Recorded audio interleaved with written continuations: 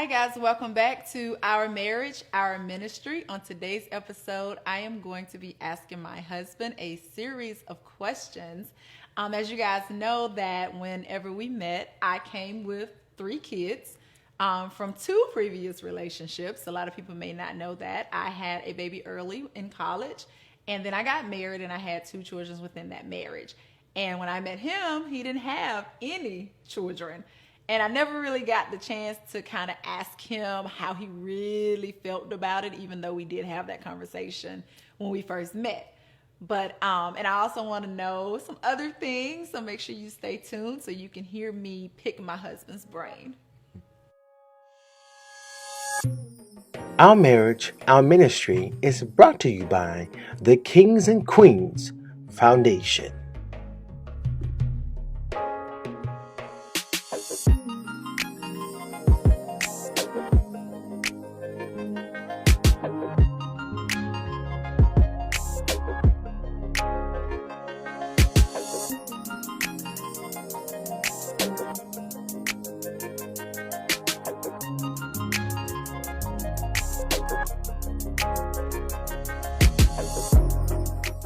You're watching an MSW production.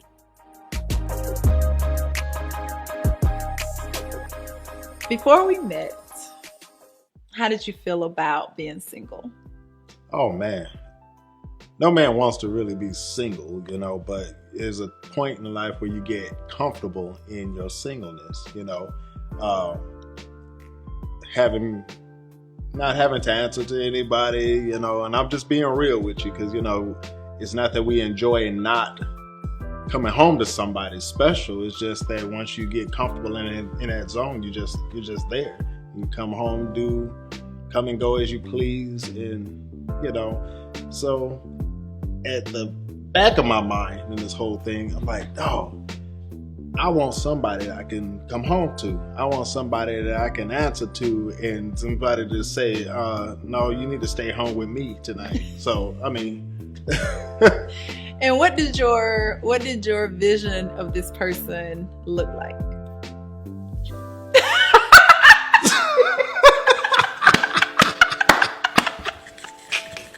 No, really. That was a good answer. Really though. This is my ideal wife. That's why it was so easy for me to say, I think I found her, when we did find her. Oh, that was kind of cute. Okay. All right. So the night we met, what went through your head when you first laid eyes on me? Man, I had so many things going through my head because before I walked into Walmart where we met, my niece and nephew was telling me, you need to come in, you might find somebody. I said, well, I just got through having a word with the Lord and I stopped looking. I said, I'm going to wait on him to send me my wife.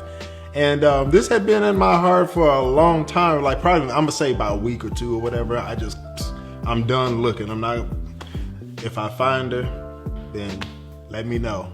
But other than that, I wasn't going into Walmart. But when I finally walked into Walmart and I saw her standing there, everything that I had thought prior to that just vanished. So in the back of my head, I'm looking like that. Well, dang, ooh, she fine. She got to be here with somebody. So I walked on back to the electronics department, looking at TVs and whatnot, and trying to put her out of my mind. But I was looking over my shoulder to see if she was still there, so I could take another look at her. But she wasn't there. So I look up at the television, didn't see what I want, and as I was getting ready to leave, she walking up to me with her hand out like, you better kiss this queen's hand because you have found your wife. Oh, Lord. Okay. If I could demonstrate, I'm going to act it out for y'all one day. Y'all going to crack up. Okay. I think, I was bold. I was very bold. I don't know where that came from, but it was. Yeah. I thought I had game that I didn't even know I had that night. I wasn't even that was so unexpected for me, but nevertheless, okay, we ain't missed a beat. Some more personal. When we first met and while we were introducing ourselves, I did let you know that I had previous children throughout my relationships. I was married and I had a child when I was in college, so there were 2 guys involved with my children. How did you feel about that? Well, the first thing I said when she was being very transparent and honest with me about that, I'm like, is that supposed to scare me? And so I think that kind of took her back a little bit, but that did not faze me. It didn't make me fearful or only thing I thought about was, am I gonna have to deal with some baby daddy drama, kind of stuff. I wanted to stay drama free when it comes to those things, but honestly I said I can deal with that too, because this I'm just gonna, okay, some things we can prepare our minds for. You're like, okay, if you got children, I don't want to be dealing with no other kids or no baby daddy drama. So most men are real headstrong about that, but it all depends on the energy and the vibe. If I thought that she portrayed a certain characteristic or a vibe about herself that made me think that she had some unruly kids or some other male drama going on in her life, then I would have picked up on that, because that's the kind of energy that comes with us, and we just have to be in tune with it. Yeah. Okay. Impressive. All right. I like that. Nice. So, as we were progressing in the relationship, at what moment did you really know that you wanted me to be your wife? I wrote this in my book, and so I'm going to stay very transparent in this area. I knew that I wanted her to be my wife when I met her children. Oh. Well, I mean, that was just like, they were just beautiful to me. I met my oldest daughter, Felicity, she was 11, just turning 11 at the time, if I'm not mistaken. And she just had the cutest little spirit.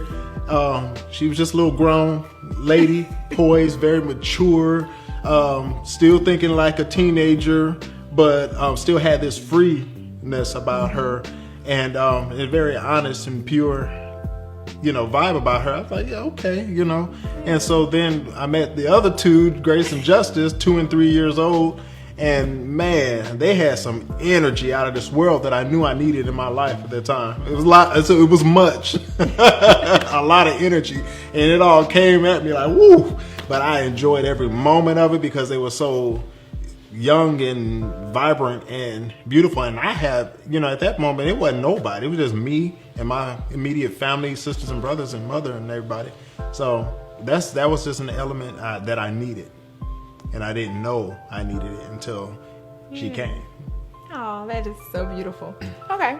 So within our relationship, because we've been together for a while now, what has been one of the hardest moments for you to, I guess, internalize between us? Like any arguments or maybe some self-adjusting that you had to do within the situation? Like, what has been the hardest thing for you to deal with? It's a lot for me to try to sift through everything. But when I say everything, things that come with the territory of having a marriage or a relationship. But if I had to point out one thing very specifically that hit me the hardest, is imagining life without her. Oh. I couldn't imagine life without her. And that's how you know when that person is destined for you, or you're destined for each other, is when you can't imagine life without them. Yeah. And I think just when we go through our little things and whatever, and like we had mentioned in the last segment, said, we thought it was over a couple times, and it was like, I told her, we stuck with each other. We ain't going nowhere, So we took the breakup and divorce off the table because that was never an option, which gave us no other choice but to come together and communicate and be honest with each other about how we feel about everything. Okay. So there's no rock unturned when it comes to what she knows about me and what I know about her. It's true. It's true. Okay. So I am a very active woman. I have a lot that I do. I work full time. I'm a mom full time. I enjoy acting. I enjoy modeling. I enjoy being on the scene. Does that ever bother you? No, it don't. only when she's being taken advantage of. I don't want nobody taking advantage of her. If you're going to utilize her time and everything, show her your appreciation monetarily. We enjoy the kind of money that jingles, but we'd rather have the kind of clothes. I'm just, be a G, but I love the reasons and her purpose for doing everything that she does, because first of all, I want her to shine.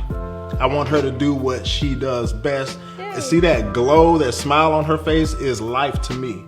So when she's happy in her element, doing what she wants to do, when it comes to that, I already know her character and to every level. So when it comes to her interacting with other men on movie sets or other men in photography, I understand that. I understand if she have to do some editorial scenes and things like that, I understand the industry. And that's one thing that I could not be insecure about, because it would interfere with her ability to flow and thrive in the things that she loves. So I love it. Nice. Okay. Let's see. So many things I wanted to ask you. What has been your most memorable moment with me? It's so many. Oh God, can we say it on camera? Yes. Oh man, I'm gonna leave a little discretion and little to your imagination when it comes to that. So you park there parenthetically if you want to. But one of the most memorable moments was our wedding, and when she walked down the aisle. And I looked over my shoulder to my left, and I saw her. I was like, she she looked like a princess. The melanin version of Cinderella. She was wearing this big, beautiful white dress and just, oh man, face, makeup, and hair beat to death. This was the ethnic version, and I think how I feel that this Cinderella should have been portrayed. Ooh, deep. That's just me. All right, so when we first met, we had both agreed that we didn't want any more children. Ooh. I came with 3. And I was pretty comfortable with being done. And you were saying you had your reasons for not wanting any biological kids. You were just going to love mine as your own. So at what point did your mind transition to say, okay, you know what? On second thought, let's give this a try. Right. Well, like she said, I was headstrong with not wanting any children because I felt like, the 3 was enough. And then I'm looking at the state of the world that it's in, and I was always telling my friends and coworkers that I can't imagine bringing a child into this mess of a world that we're in. And so my wife and I agreed at the beginning of our relationship, and we had this discussion about not having children, and was I okay with not having any. And but one thing about her, and this is the power of confession, is she said, if you change your mind, I'll be willing to have your child for you. Also, the universe talks to her too and tells her things. No, just it is. She said, you know what? I had a dream. Talks to her through her dreams. Several dreams she done had about us having a baby. Mm-hmm. And I've even had a few dreams too about a baby boy. And I'm like, I don't know what this means. So my mind and my thoughts went from emphatically no to relishing the thought. And then we went from relishing the thought to this spectacular night in Hilton Head. It got cut. I thought we could say this on camera. We're gonna stop. Okay. Just long story short, our son's name should have been Hilton Head Adams. Oh God! But needless to say, after relishing the thought and developing in with each other and everything else, I said, why not? And my heart was always open to the possibilities of us, giving birth. So we did, and I wouldn't change it. Okay. All right. Well, that concludes my questions. I have a million more things going through my head, but that pretty much hit all the marks that I wanted to hit. So thank you for sharing those inner thoughts. Thank you guys for listening. If you have any questions you would like for me to ask him, make sure you inbox me. I would love to explore more questions with him. Anything else? Any last words? You got me on Hilton Head. I have no more last words, but I love you. Thank you. I love you too. Thank you for your love. Absolutely. All right. We'll see you guys next time where he will be asking me a series of questions. Make sure that you follow us on social media, Angel Adams. Leo Adams. And this is Our Marriage, Our Ministry. And we love you. And that's Leonidas Adams, by the way. That's right. On Facebook.